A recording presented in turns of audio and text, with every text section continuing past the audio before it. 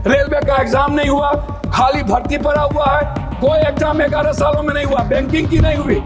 आप हमको बताइए ना कैसा एग्जामिनेशन हुआ। मोदी जी, मंत्री जी से पहले आग्रह होगा कि मंत्री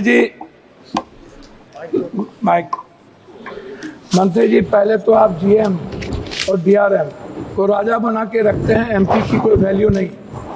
जब वो क्षेत्र जाते हैं तो वो एमपी का रेस्पेक्ट नहीं करते, एमपी को खबर नहीं करते, और उद्घाटन जब कोई रेलवे शुरू होता है तो वहाँ एमपी का कोई सूद नहीं देता।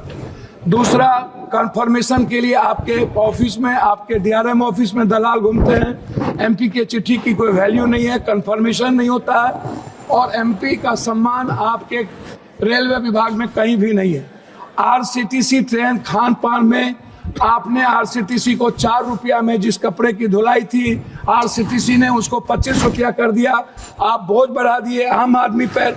आरसीटीसी बड़े रेलवों में खान पान तो दे देती है थोड़ा सा, लेकिन जो गरीब का यहाँ पर लोअर ट्रेन है वहाँ का खान पान बहुत ही गलत है।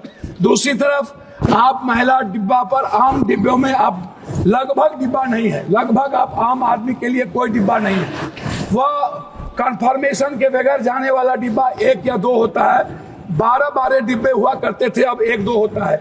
गरीब रथ के तरह या कोई जनरल गाड़ी के तरह कोई गाड़ी आपकी नहीं है। वंदे भारत को आप चलाइए, कोई दिक्कत नहीं है। वंदे भारत को आप सभी जगह से कंफर्मेशन करिए, अच्छी बात है, मैं उसका धन्यवाद देता हूँ।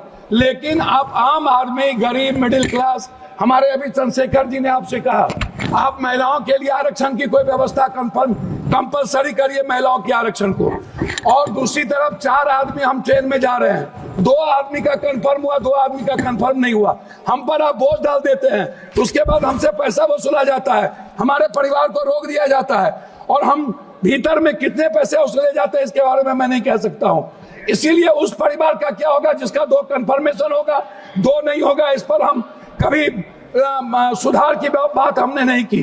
दूसरी चीज, जो एसटी, एससी, ईबीसी और जो छात्र प्रतियोगिता में जाते हैं, एग्जाम देने जाते हैं बाहर, क्या सरकार की कोई दिलचस्पी? एक तो 11 सालों से रेलवे का एग्जाम नहीं हुआ, खाली भर्ती पड़ा हुआ है। कोई एग्जाम 11 सालों में नहीं हुआ, बैंकिंग की नहीं हुई। आप हमको बताइए ना कैसा एग्जामिनेशन हुआ, कितना एग्जामिनेशन आपने ली, कितना एसटी, एससी, ओबीसी? आपने तो आरक्षण को पीछे दरवाजे से बंद कर दिया, एग्जाम बंद करके निजीकरण आपने कर दिया। और आपसे मेरा 2-3 आग्रह है, आप हमको एक बात आप बताइए, आप विकलांग के लिए क्या व्यवस्था आप कर रहे हैं?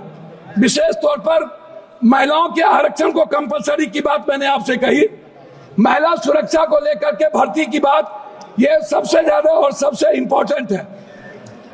आप